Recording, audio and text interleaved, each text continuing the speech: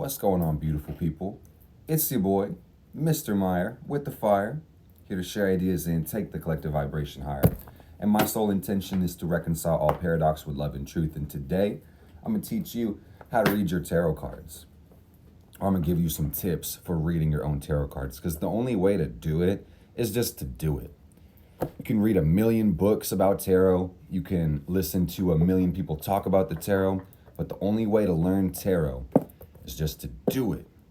Without further ado, I have a list for you of things that you can do to improve your connection with the tarot. So show some love. Hit that like button. Tap in. Send this to your friends.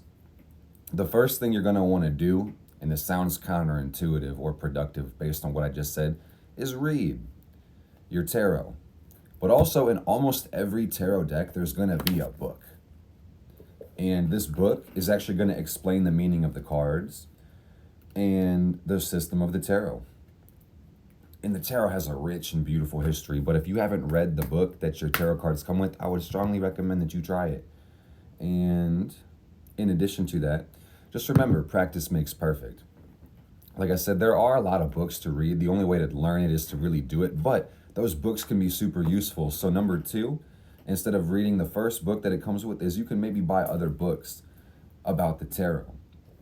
Roots of the Tarot is a good book. There's a book called Fearless Tarot. Can't remember the name of the authors off the top of my head, but let your intuition guide you. That's really what tarot is.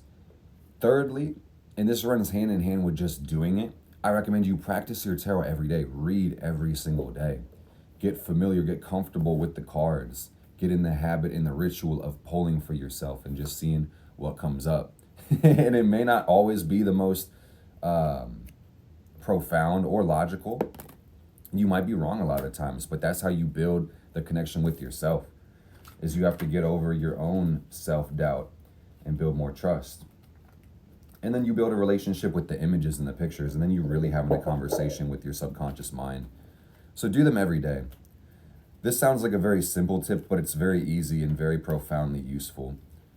You can literally take your tarot cards and put them on your altar. Leave them in a sacred space. Leave them somewhere important where the energy is high vibrational. Read them there. That's going to help you as well. So, on another note, you can consecrate your deck. And that means giving it a specific intention and purpose. And it's arguably the best to do this when you just get the deck, when it's new. But even if you have an old deck, you can give it a good cleansing and then a good consecration. For example, let's just use this one as the example. Tarot deck, I charge and consecrate you. Or to say, I charge and consecrate this tarot deck to help me embody my will and passion and truly manifest my desires, for example. You could also call upon the spirit of the tarot deck, because every tarot deck is different. I call upon the spirit of the Modern Witch Tarot deck to assist me on my spiritual journey. That's how that one goes. Do an initiatory reading with the deck to divine its purpose in your life. And this is one thing I've never seen anybody else do, but I love doing this, and I strongly recommend it to anybody who wants to really dig deeper into the tarot cards, is especially when you get a new deck, or if you just feel called to repeat this at a certain time, you can definitely go for it. But do a reading with your tarot deck with the intention that the deck reveals to you its purpose for you. I like to do this as soon as I get the deck. That's one of my favorite things. So this tip, guys, I'm firing tips at you left to right. So if you haven't, oh God, if you have not hit that like button, hit that shit right now, man, because I'm still going in. So next, you're going to want to choose significators. If you haven't done this, this one is probably one of the hottest tips on this list. Whew. So what this means is you just pick cards to signify things. One of the simplest examples I could give you is saying, give a card to signify yourself. Let's say that you're a Taurus.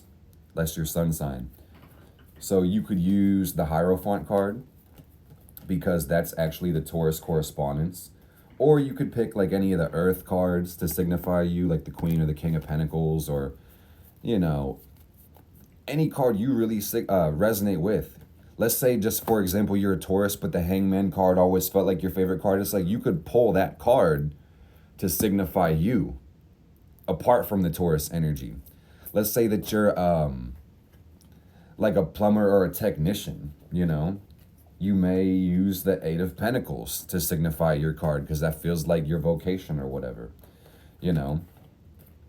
If you're a hopeless romantic, you may feel this card, but either way it goes, it's just going to say you pick cards out of your deck to signify certain energies. And the beauty of this is why it's such a profound tool, is it actually limits the options of the rest of the deck, right? Because there's only a certain mathematical combination of possibilities. So let's just say that I want to make more money in my life, and I deliberately take the Ace of Pentacles out and put it on the desk as I'm reading. Now the rest of the deck knows that this energy is being centered and focused on. And so does my unconscious mind, truly. And then you can literally speak your intentions out. Spirit, show me how to get more money. Show me how to increase my Ace of Pentacles journey, etc. And don't worry about it. The world's already abundant and rich, and that's the motherfucking truth. So, significators. And you can pull many significators, not just one. So, get creative with it. For example, like if I want to do a relationship reading or something, I can pull a card to signify me. I can pull a card to signify the other person. Let's say we have conflict from the past. I can pull a couple cards to articulate the conflict, you know? And then I could pull another card to articulate my intended solution or result, and then I could start divining off that and get a very very specific. Hope y'all are seeing the value in this, because a lot of people, myself included, like when I started the tarot, I would just shuffle, and then wait for the first thing to come out, and then I would start reading. You don't have to read that way. If you trust your proficiency, you can flex this deck. I'm telling you. Try different spreads. This is another tip. There's actually many different layouts of spreads. And this means that you could literally Google them, I would say first, like the Celtic Cross, you know, the 3-card pull, like past, present, future. You can do new moon spreads, full moon spreads. You can do character building spreads, love spread. You can Google blank, just insert, like fill in the blank, tarot spread, and you will find tarot spreads that match your intention. So you can either, you know, add significators to them or just do them purely intuitive, but then you're going to have a layout of being able to see what's coming out for you. Another tip. Learn the Kabbalistic correspondences of the tarot. I'm not going to talk about it in this video because it's going to be very long. More on that to come. But occult knowledge. There's a lot of information about the tarot and the metaphysics and the structure of this. You know, not only are there 4 elements, there's also planets that correspond to the tarot as well. So it can be profoundly useful to pull your major arcana cards and know that this is Mars in Scorpio, or know that this is Venus in Scorpio, or that's like Aries sun energy. Jupiter, Leo, you know what I mean? And if you're an astrologer, bro, that's going to take your divination to a whole nother level. And here's another tip. Use different forms of divination while you're doing your tarot readings. And this could just say that, you know, you're stuck with the tarot. Pull another tarot deck out and start reading with that one to add another layer of perception. Start pulling your oracle cards on top of it. Roll your astro dice on top of your tarot cards. You know, your natal chart is literally a divination tool as well. So I would just start pulling the cards over the chart. If you guys have seen me on live, you know that's what we do every single day, man. But take advantage of those things. And on top of this, the last tool I want to give you is cleansing, clarifying, purifying. You're going to want to have some tools that knock off stagnant energy from your objects, whether that is your pendulum, whether it is your cards, or even your phone. You know, selenite, salt, banishing rituals. You can really just use your intention to cleanse things. Like, cool stuff. I love you guys from the bottom of my heart. I hope you found this video useful. I hope this gift helps you in some way, shape, or form to really connect deeper with yourself. World is in your hands, but make sure you really believe it as so. And that's the way you'll go. You dig? Take it easy, guys. Blessed be, blessed we. Yes, indeed.